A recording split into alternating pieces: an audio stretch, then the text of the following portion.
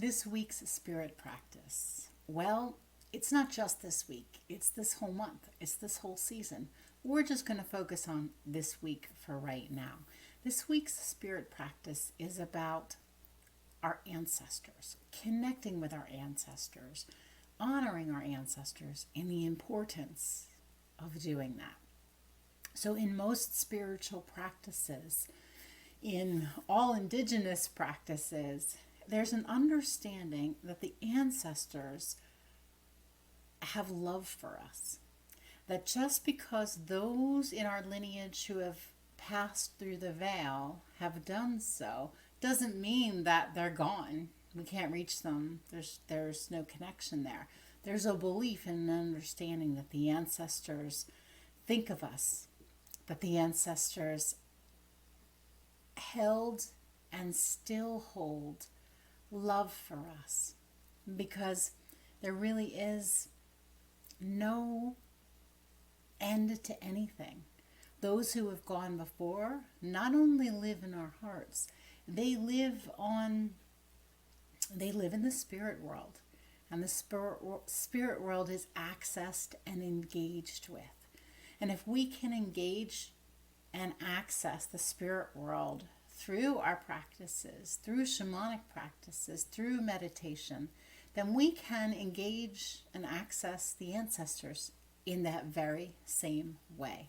So, in most practices, most spiritual practices, there's some acknowledgement of the importance of the ancestors, both the importance of them as beings whose shoulders we stand upon, and also the importance of them for their achievements, because their achievements directly affect us and what we're able to do or not do, and also their struggles.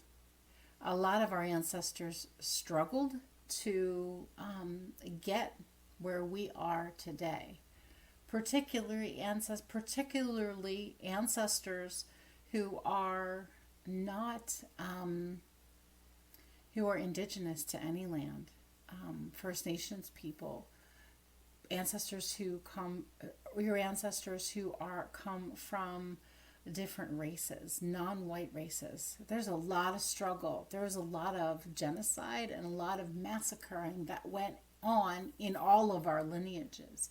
So honoring those struggles and making a place for understanding them is super important, and it'll change what you have access to when you honor where your ancestors came from.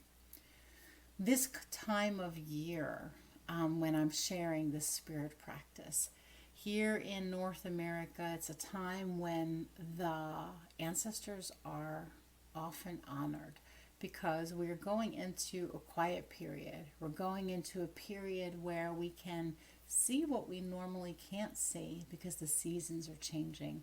We're moving into fall and winter. So this is a time when it's easier to speak with the ancestors. Things outside are quieting down and appear to be dying, but they're not dying. They're just kind of going to sleep until they rejuvenate. Very much like the ancestors. The ancestors are sleeping, but we are their rejuvenation, and we become the ancestors of the ones who are in front of us. So this year, or this time of year, is a time to really look into and communicate with them. So I talked about honoring their struggles and achievements, and also want to mention that you can look to your ancestors as a guiding force. You can go to them for advice. In some of the workshops that I offer, I have a specific protocol that I learned from my teacher that takes us through our ancestral lands to our ancestors. Very powerful, very helpful. You don't need to do that in order to do what I'm going to share with you today. And really, the connecting with the ancestors adds a depth, because when we bring in their wisdom, we remember our roots. And when we can get connected to our roots, we remember that we are not alone, and that there's a bigger picture in why we're here, and a bigger picture for who we are. So this month, I am inviting you to walk with an awareness of your ancestors, And not just your grandmother or your great grandmother who may have passed over, but how about her grandmother, your great grandmother's grandmother? And what about your great grandmother's great grandmother's great grandmother? What was she like? What did she dream of? What did she think of when she thought of the potential of you? Will you ever know? I don't know. But I want you to think way, way back in your lineage, way, way back in your lineage, and create a space in your practice to honor them. Both the recent ones and the ones who have gone before, way, way, way back in the history of your lineage. And so a few ways that you can do that. Number one, start acknowledging that the ancestors are here with you. Start acknowledging them in your day-to-day, in your practice. Two, create an altar or space on your altar or sacred table, a little spot to honor them. Three, light a candle and ask for their wisdom to move through you, or offer gratitude for their wisdom that moves through you. Next thing is, I guess, are we on 4? Dedicate a meditation or a week of meditations to one side of your lineage. So maybe this week your meditations will be dedicated to one side of the lineage. Maybe you will actually meditate on that side of the lineage. Or maybe you'll do some journeys to visit and obtain a connection or seek a connection with ancestors on that side of the lineage. And 5, wear jewelry. Wear a piece of jewelry or a personal clothing object from one of your ancestors.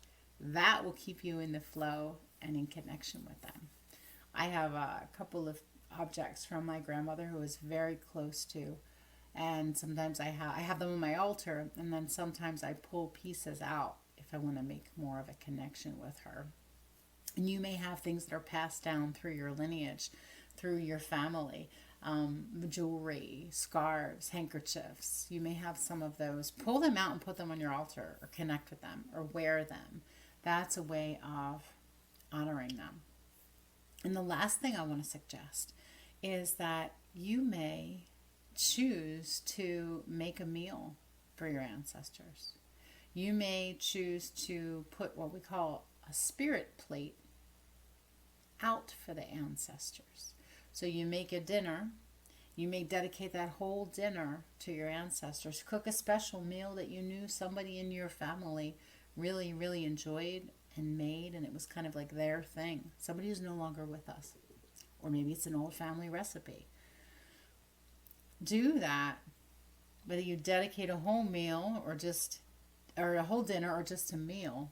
Make that and leave a plate for them. Leave a seat for them at the table when you have that meal. How does it feel to leave a plate for your ancestors?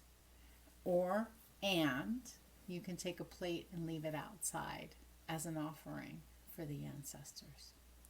Those are all ideas of ways that you can connect with your ancestors. So the spirit practice for this week is completely your choice. Pick one of those ways that I just shared and do it. And then come back to the group and tell us about it. What did you find out? What did you learn? What did you notice? And just to reiterate some of those choices for connecting with the ancestors. Number one, create a place or create a space in your practice to honor them. Whether it's in your meditation or in your daily prayers, create a space in your practice to honor them. Number 2, create an altar or space on your altar where you put a picture or an object or a candle that honors them. 3, light a candle and ask for their wisdom to move through you. 4, dedicate a meditation or a week of meditation to one side of your lineage. 5, wear something from a recent ancestor. And 6, create make a family recipe or create a meal that you leave a plate for your ancestors or put it out in nature for them. Okay, you've got it. You've got plenty of choices. Come on over to the group and let me know what you're going to do. Okay, have a beautiful day. Bye for now.